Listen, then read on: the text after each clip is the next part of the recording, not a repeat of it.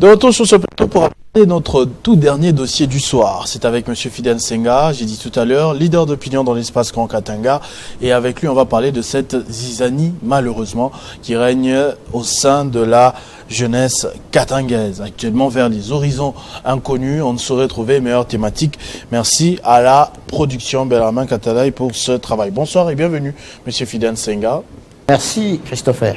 Nous avons suivi encore samedi sur nos antennes des déclarations, des camps centres dedans pour la tête, pour le comité de la jeunesse katangaise. Est-ce que vous pouvez nous circonscrire un peu le cadre? Qu'est-ce qui se passe exactement en ce moment? Merci beaucoup cher Christopher. Au fait, il y a un désordre qui s'observe à la tête de la jeunesse katangaise depuis une année. Il y a eu installation d'un président. D'abord, avant l'installation, il y avait déjà un président qui existait, mais qui avait continué d'exister dans l'illégalité. Malheureusement, la jeunesse l'avait fait partie pour installer un nouveau président qui semble être légal.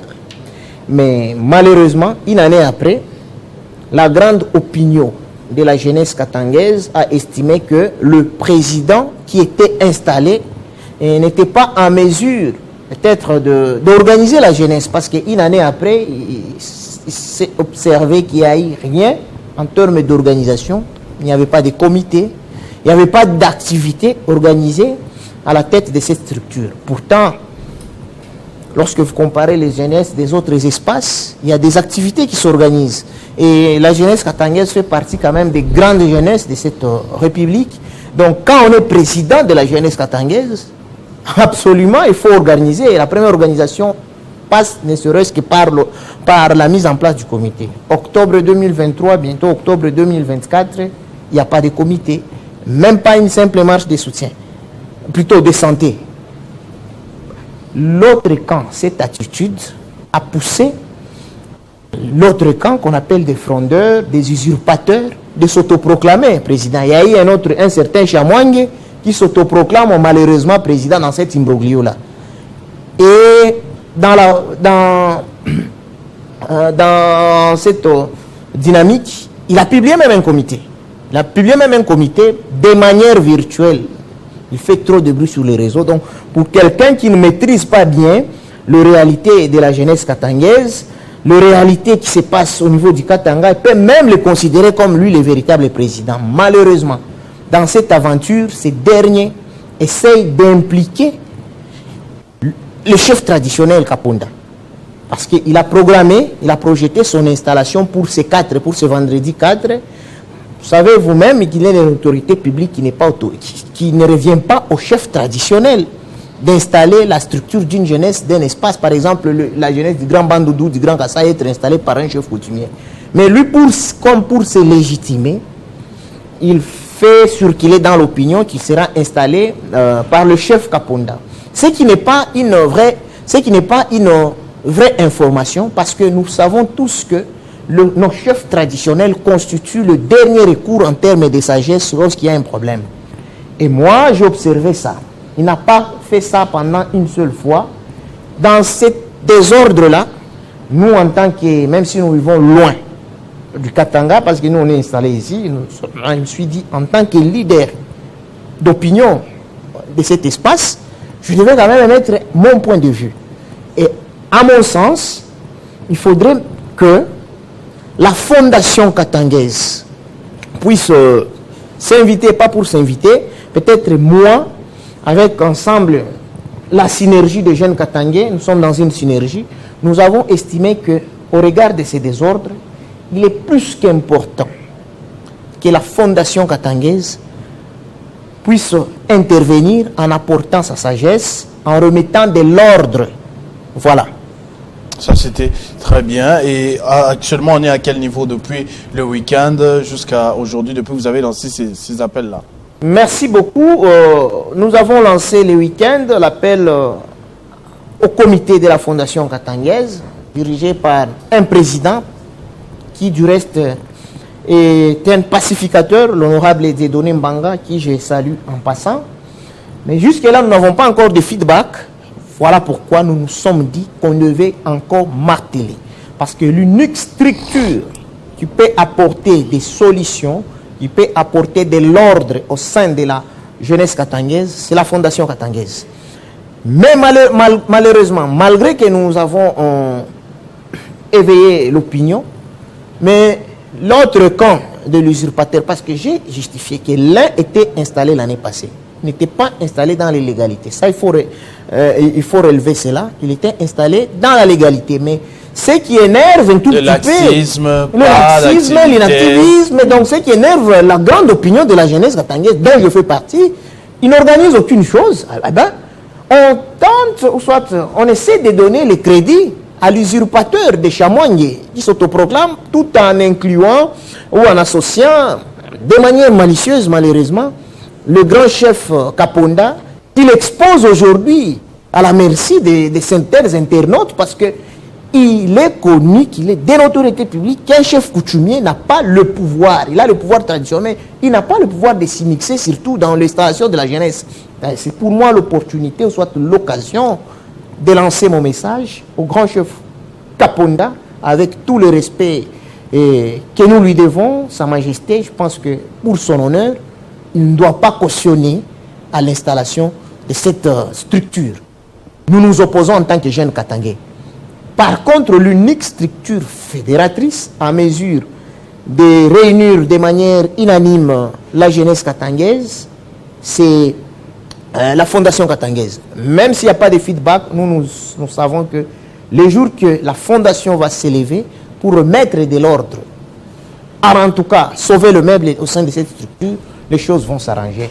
Parce que nous parlons de la jeunesse katangaise, c'est ici, pour moi, heureusement qu'avant l'émission, je venais de suivre les conseillers de la jeunesse au sein de la Fondation katangaise, qui a même en quelque sorte donné un message d'apaisement par rapport à ces troubles. Et je lui lance également le message parce qu'il est conseiller du président de la Fondation katangaise. Il est plus qu'important de remettre de l'ordre, qu'on puisse réunir les jeunes de tous bords. Parce qu'on ne peut pas utiliser la jeunesse katangaise pour des fins politiques. Une autre opinion pense que, pourquoi il y a deux protagonistes? Parce que pour la plupart, les deux sont presque engagés dans la politique. Il y a toujours des tireurs de ficelles, malheureusement. Avec tout le respect que nous devons à notre notabilité, il y a une catégorie de la notabilité qui essaye de manipuler notre jeunesse. Pourtant, tant que la jeunesse sera divisée, il n'y aura pas de développement. Il n'y a pas une entité qui peut se développer si sa jeunesse évolue toujours de manière divisée. Donc c'est pour moi ici, une fois de plus, l'opportunité de lancer un message d'unité, de lancer un appel à toute la notabilité de ne pas accompagner le jeune qui cherche à utiliser... Il y a des tireurs de ficelles comme ça. Il y a des tireurs de ficelles, là c'est évident, qui cherchent à utiliser le label d'une si grande structure, d'une si grande jeunesse prestigieuse comme la jeunesse katangaise pour leurs fins politiques. Surtout pour le deuxième ici, M. Papi Chamoigne, qui tente par tous les moyens de faire passer tous les jeunes qui ne sont pas dans son obédience comme étant des personnes qui ne sont pas derrière le président Tshisekedi. Non, je pense que nous ne devons pas confondre les choses. Le président de la République, il est le père de la nation. Ça veut dire qu'il est le père de tout le monde d'ailleurs. Et des opposants et de la majorité. Il ne faut pas se cacher derrière le nom du président de la République. Ici, il y a question d'organiser la jeunesse katangaise. Voilà. Et on ne peut pas chercher à s'imposer à la tête d'une structure avec le nom du président. Parce que même le président lui-même ne sera pas content si il est informé que la jeunesse katangaise connaît des divisions. Parce qu'il y a l'un qui cherche à s'imposer à la tête de cette structure avec le nom du président. Actualité oblige, comme votre prédécesseur sur ce plateau l'a dit, il y a 2 jours, le gouvernement Simouina vient de totaliser 100 jours depuis son investiture. Votre avis quand même sur la question, sur les ministres qui se sont démarqués et ceux qui ont été absents?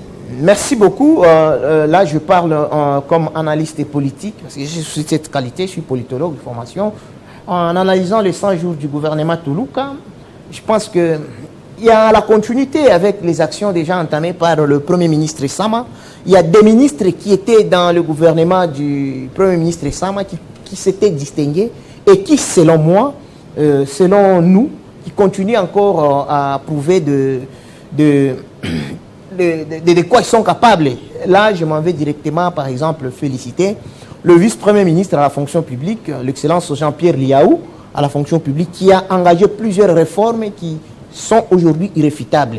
La dernière aujourd'hui, vous savez vous-même qu'il y a la problématique de la maîtrise de l'effectif. Mais il y a de cela quelques jours. Il a nettoyé le il y a de cela quelques jours, nous avons assisté à une cérémonie vraiment grandiose où on a lancé l'annuaire de fonctionnaires au niveau des administrations centrales et de l'administration urbaine de la province de Kinshasa. Et vous connaissez ce qui m'a étonné, c'est qu'il y a un grand travail qui se fait à la fonction publique. Il y avait plus de 450 000 fonctionnaires presque déclarés, mais après le nettoyage sur le fichier de référence de l'administration publique FRAP, il a dégagé uniquement 113 577. Donc nous félicitons, nous lui jetons de fleurs et nous, en tant qu'observateurs, en tant qu'analystes, nous ne pouvons que l'encourager de continuer sous cet élan. Donc c'est une fierté pour le gouvernement, pour la première ministre Judith Toulouka d'avoir un ministre de la trempe de Liao.